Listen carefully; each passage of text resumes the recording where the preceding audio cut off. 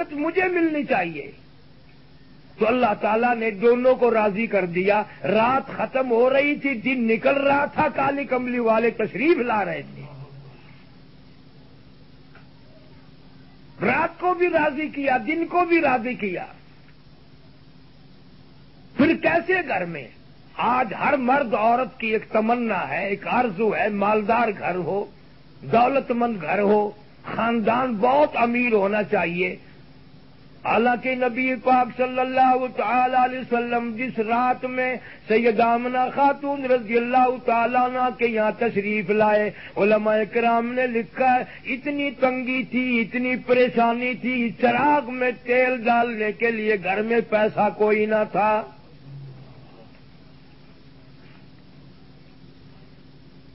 حضرت عبداللہ بن عبد المطلب دنیا سے ماں کے پیٹ میں چھوڑ کر، یتیم چھوڑ کر دنیا سے رخصت ہو گئے۔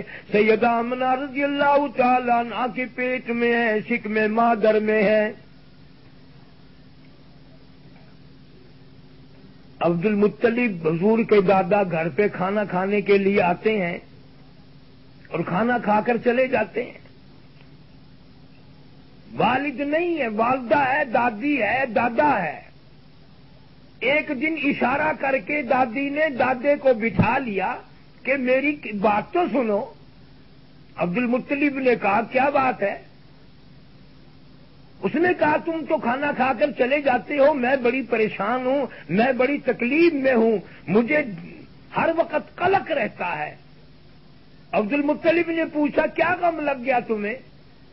تو کہنے لگی کہ غم نہ لگے، عزت والا خاندان، آبرو والا خاندان، قریش کا خاندان، اور یہ ہماری بیوہ جو ہے یہ ہے بھی حمل سے، ہے بھی پیٹ سے، لیکن یہ اتنا تیز عطر استعمال کرتی ہے، خوشبو لگاتی ہے، میں ڈرتی ہوں کہیں بے عزتی نہ ہو جائے، کہیں داغ نہ لگ جائے، خاندان کا ناک نہ کٹ جائے، ہے بیوہ، ہے بھی پیٹ سے، ہے بھی حمل سے، اتنا تیز عطر لگاتی ہے، یہ گھر سارا مہکا رہتا ہے، یہ صحن سارا خشک مہکا رہتا ہے خوشبو سے، ہر جگہ خوشبو ہی خوشبو ہے۔ ذرا اس سے پوچھو یہ خوشبو کہاں سے لاتی ہے؟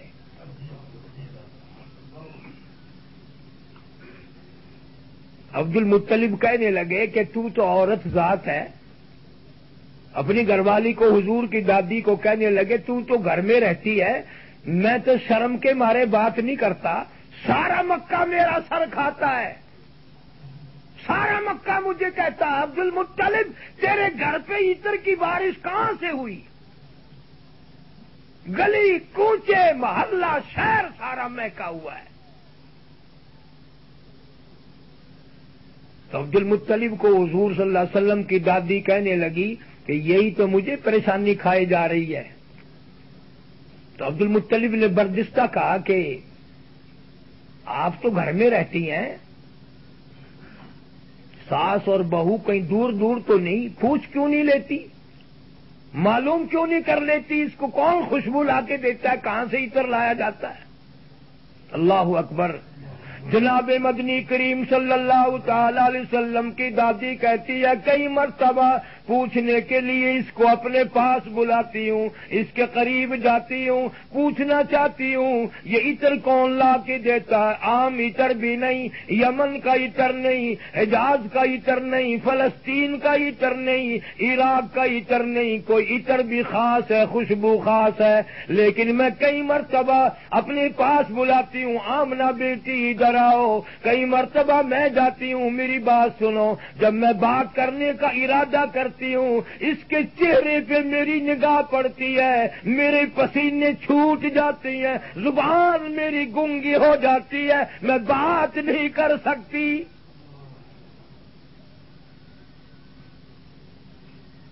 میری ہمت نہیں پڑتی بات کرنے کی، زبان شل ہو جاتی ہے، طبیعت روم میں آ جاتی ہے، پسینے آ جاتے ہیں مجھے۔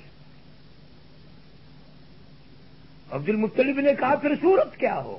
انہوں نے کہا جی مرد پھر دلیر ہوتا ہے، ذرا آپ پوچھ لیں۔ عبد المطلب نے آواز دی بیٹی آمنہ ادھر آؤ۔ سید آمنہ خاتون رضی اللہ تعالی عنہا تشریف لا رہی ہیں. خدا کی قسم کیا منظر ہوگا, 2 جہان کے بادشاہ کو پیٹ میں لے کر تشریف لا رہی ہیں. عبد المطلب نے پوچھا, بیٹی میں ایک بات پوچھتا ہوں, برا نہ ماننا, میری مجبوری ہے. کعبے کی چابیاں میرے پاس ہیں, میں خانہ کعبہ کا متولی ہوں, قریش خاندان کا سردار ہوں, ہاشمی خاندان ہے, عزت والا خاندان ہے, ڈرتا ہوں کہیں بے عزتی نہ ہو جائے. آپ کو یہ عطر کون لا کے دیتا ہے, یہ خوشبو کون لا کے دیتا ہے, یہ کہاں سے خوشبو آتی ہے؟ عام عطر کوئی نہیں, بڑا مہنگا عطر ہے, بڑی مہنگی خوشبو ہے. دنیا میں ہم نے آج تک ایسی خوشبو دیکھی نہیں, تم کہاں سے لاتی ہو؟ سید آمنہ رضی اللہ تعالیٰ عنہا رونے لگی, ابا نہ تم لائے نہ میں لائی نہ کوئی لایا, مجھے خوشبو والے کی دکان کا پتہ نہیں, میں بازار میں کبھی گئی نہیں, میں نے بازار کبھی دیکھا ہی نہیں, نہ تم لائے نہ میں لائی, کوئی نہیں لایا کوئی نہیں لایا. اپنے پیٹ پہ ہاتھ رکھ کے کہتی ہے, بس ایسا معلوم ہوتا ہے اس آنے والے مہمان کی برکت ہے.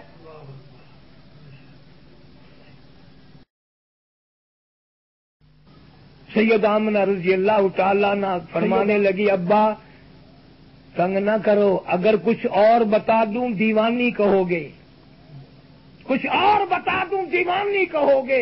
میں کانٹے پہ پیر رکھتی ہوں پھول بن جاتا ہے, پتھر پہ پیر رکھتی ہوں موم بن جاتا ہے, درختوں کے پاس سے گزرتی ہوں مجھے سلام کرتے ہیں, کئی مرتبہ یہ چاند مجھے جھک کر سلام کرتا ہے, کئی مرتبہ یہ سورج جھک کر مجھے سلام کرتا ہے, اور ہر رات میں اولو العزم پیغمبر کوئی نہ کوئی روز مبارکباد دینے کے لیے آتا ہے.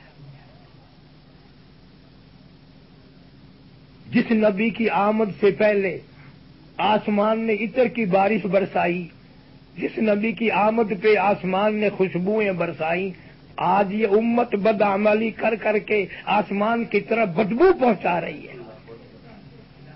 کیا قدر کی ہم نے, کون سی چیز ہم نے سنبھال کے رکھی ہے؟ ایک ہی مقصد اور ایک ہی مطلب ہو گیا سب کا کہ دولت دولت دولت دولت. حالانکہ رات دن دیکھتے ہو کوئی 4 آنے کے پیسے بھی پلے باندھ کے کفن میں نہ لے گیا, کوئی نہ لے گیا. جناب مدنی کریم صلی اللہ تعالی علیہ وسلم نے فرمایا, لوگوں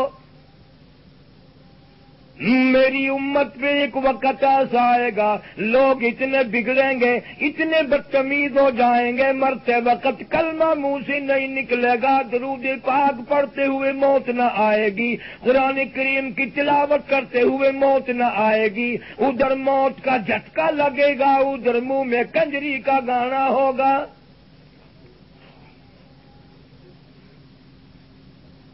صحابہ اکرام رضوان اللہ تعالی علیہ مجمعین کا لشکر جا رہا ہے, نبی پاک صلی اللہ علیہ وسلم بھی ساتھ ساتھ ہیں. صحابہ اکرام نے چند جانور دیکھے, پرندے دیکھے, ان کے پروں پہ قرآن کی آیت لکھی ہیں اور وہ گندگی کھا رہے ہیں, بخانہ کھا رہے ہیں. صحابہ اکرام لرز گئے, ڈر گئے, یا رسول اللہ صلی اللہ علیہ وسلم قرآن کی بے ادبی ہو گئی, قرآن کی توہین ہو گئی, قرآن کی بے حرمتی ہو گئی, قرآن کی آیتیں لکھی ہے اور گندگی کھا رہے ہیں. حضور صلی اللہ علیہ وسلم نے فرمایا, میرے صحابہ قیامت کا وقت تمہیں دکھایا جا رہا ہے, میری امت پہ ایک وقت ایسا ہی آئے گا, قرآن بھی پڑھیں گے, بدماشی بھی کریں گے, زنا بھی کریں گے, جھوٹ بھی بول لیں گے. آج اس امت پہ وہی وقت ہے. اس بات کا فکر کوئی نہیں کہ ہم کیا کرنے آئے تھے اور کیا کر رہے ہیں اور ہمیں کیا کرنا چاہیے. سارے صحابہ کرام نے انہی چیزوں سے سبق لیا اور اتنا عمل کیا کہ نبی کا فرمان تو کیا اشاروں پہ جان دے دی. اور اسلام میں سب سے پہلی شہادت, سب سے پہلی قربانی ایک عورت کی ہے. سیدہ سمیہ رضی اللہ تعالی عنہا 70 سالہ بوڑھی عورت ہے, ویسے عمر کی زیادہ ہے، طبیعت کی کمزور ہے، ایمان کی بڑی مضبوط ہے۔ اس نے یہ دیکھا بھی نہیں کہ اس نے سنا ہو آج اس نے قربانی دی ہے، کل اس نے قربانی دی ہے، پرسوں اس نے یہ بات بھی نہیں، پہلا موقع ہے۔ سیدہ سمیہ رضی اللہ تعالیٰ عنہا کو مکے والے گرفتار کر کے میدان میں لے آئے،